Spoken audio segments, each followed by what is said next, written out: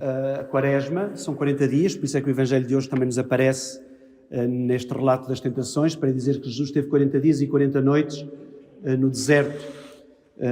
E a Quaresma são exatamente 40 dias que nos levam para a Páscoa.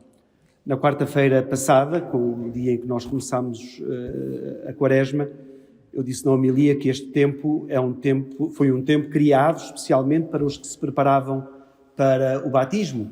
Como nós, este ano, vamos ter a graça de o viver dessa maneira, como os primeiros cristãos, ao acompanharmos a Maria Inês e os Afonsos que vão ser batizados na próxima Vigília Pascal, se Deus quiser.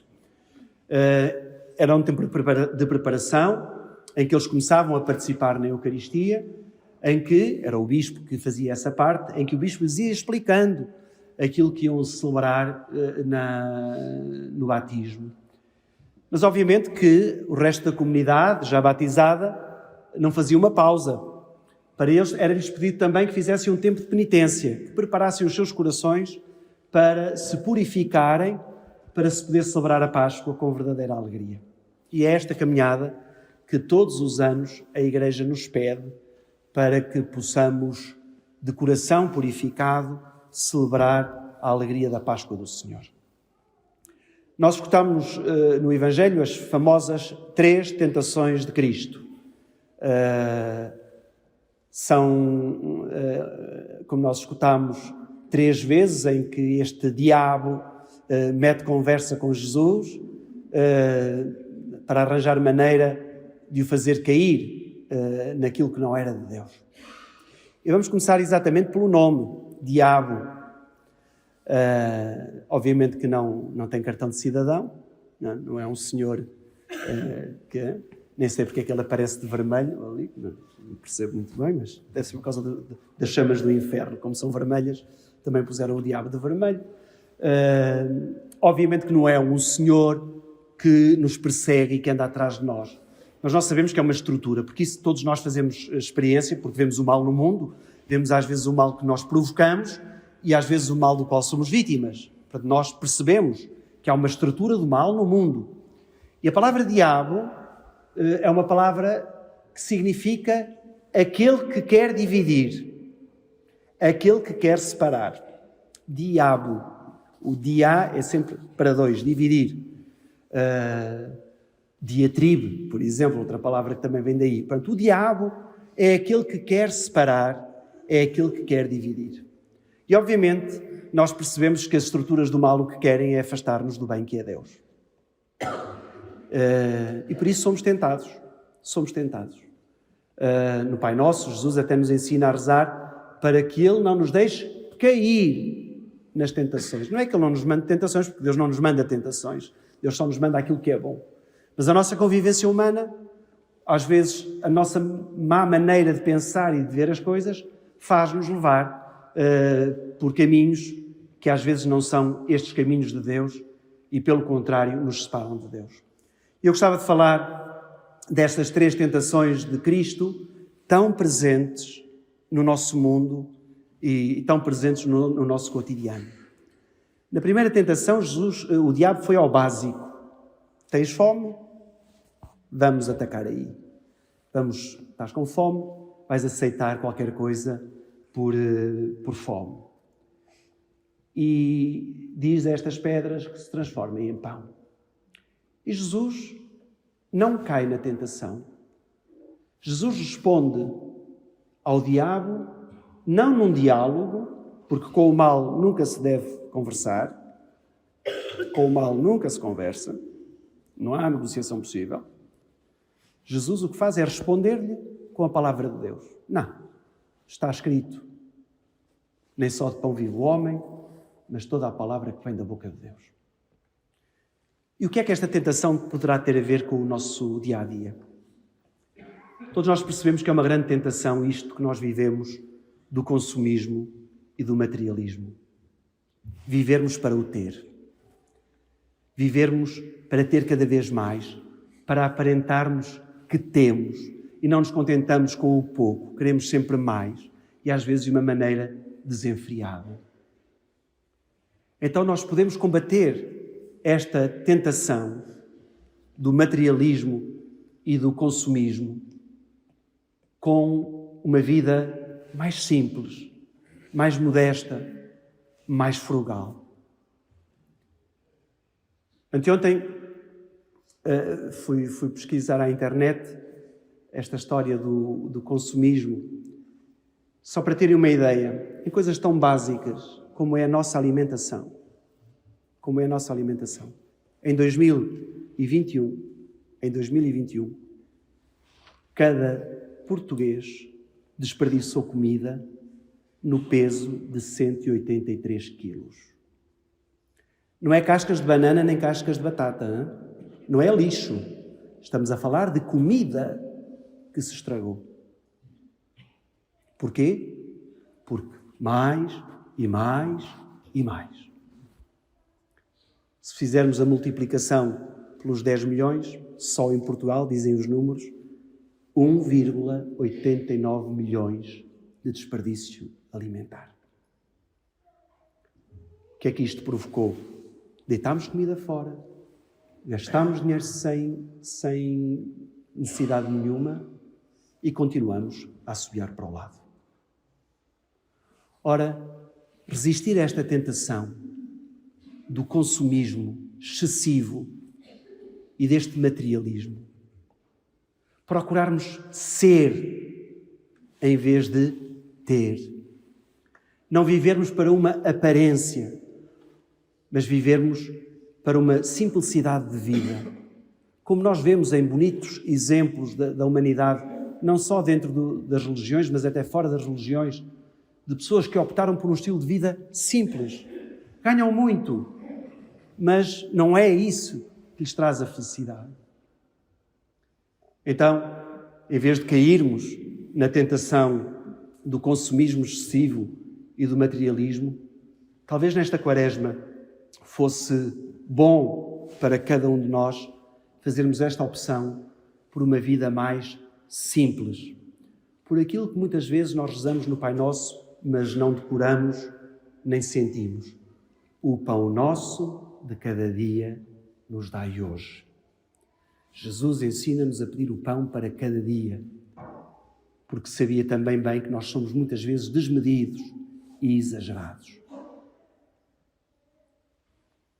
Também sabemos, porque nos preocupamos com este mundo que se está a estragar, como nós vamos percebendo, que a primeira causa do desgaste do nosso mundo, a primeira fonte de poluição, não são os gases, a primeira fonte é o consumismo, é o comprar.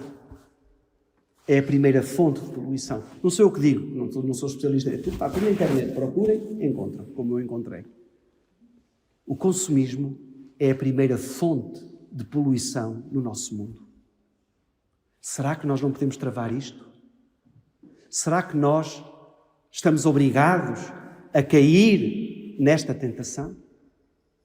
Será que nós não podemos pedir a força de Deus para irmos resistindo a isto tudo?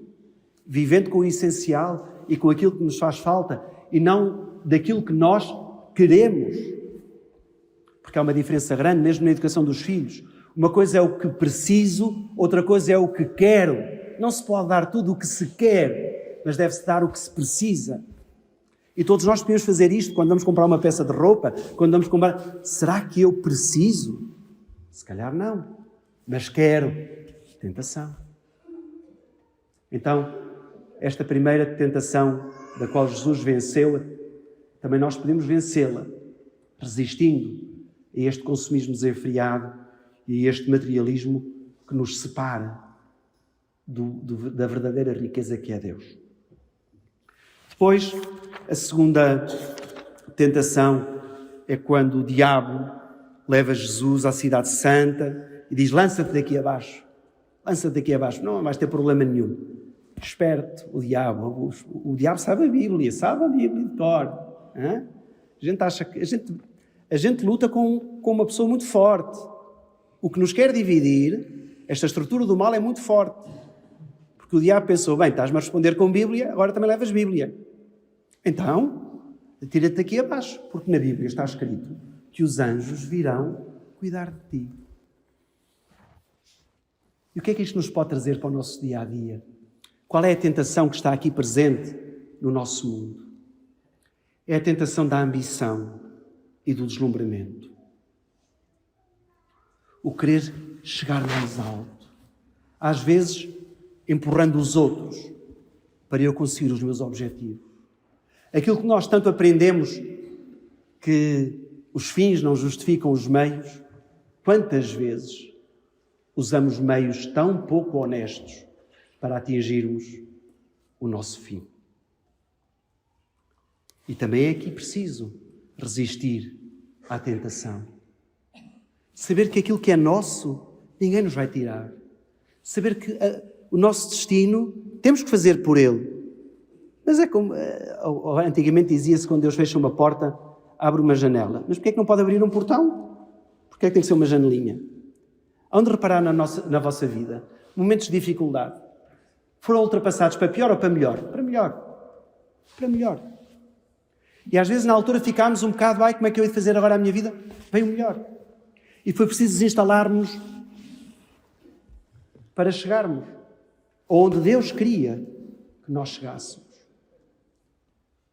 Este deslumbramento pode-nos cegar, porque não nos deixa medir as consequências.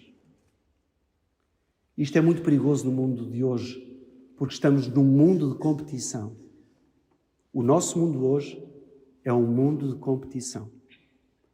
Quem não tem força para competir é um derrotado. E isto começa em casa, quando se premiam os filhos para eles terem boas notas. Quando se premiam os filhos com viagens e com aquilo, estamos nós a criar este deslumbramento, esta ambição desmedida.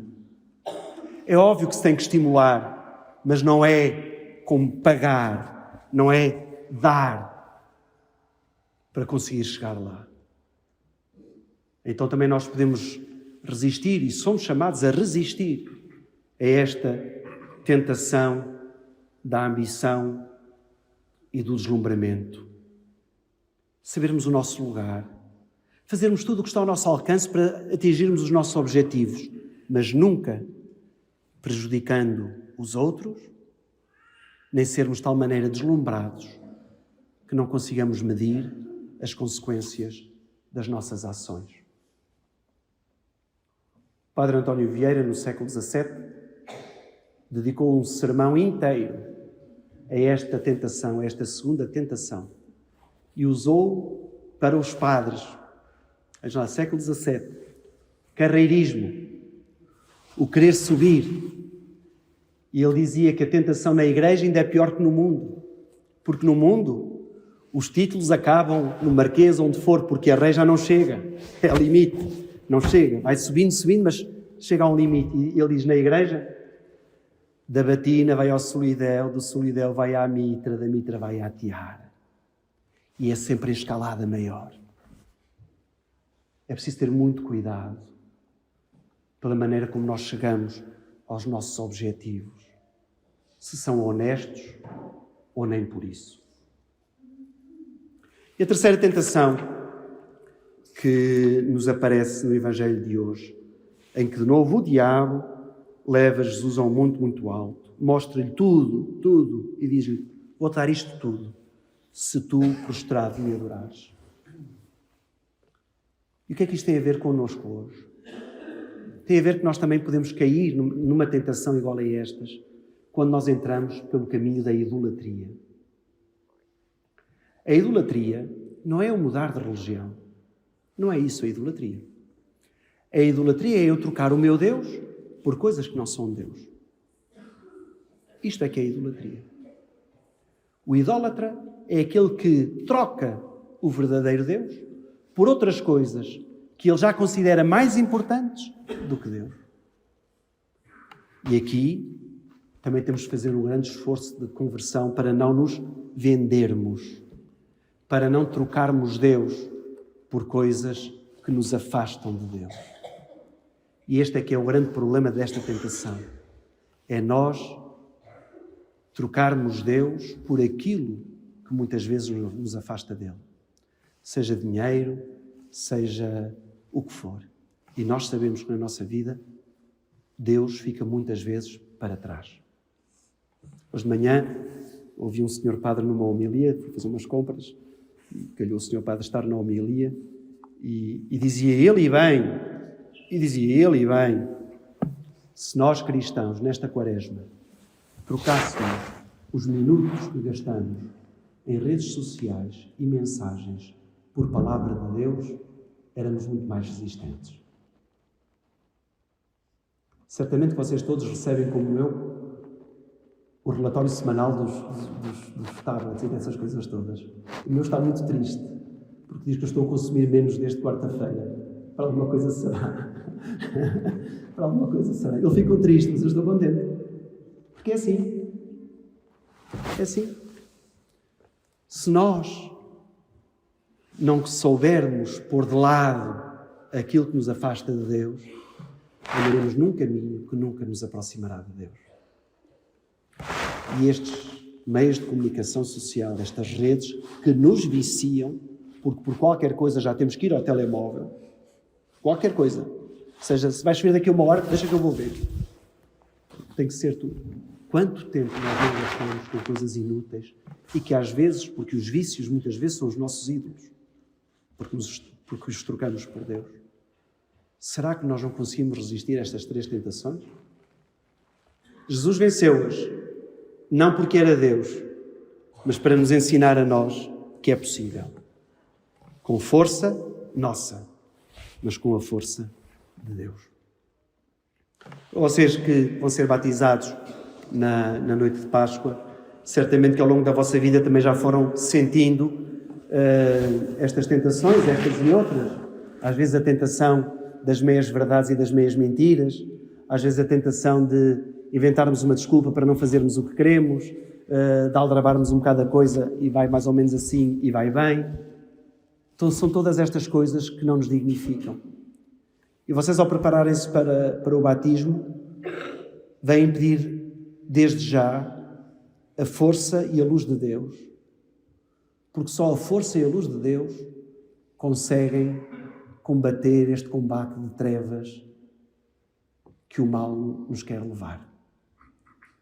Então, que esta caminhada que vocês hoje começam de uma maneira mais formal seja um caminho de luz, mas que continue a ser um caminho de conversão, para sermos todos, agora todos, mais verdadeiros, mais autênticos, não na fatalidade de cair na tentação, mas na força e no esforço de resistir à tentação para sermos mais de Deus e mais de Jesus.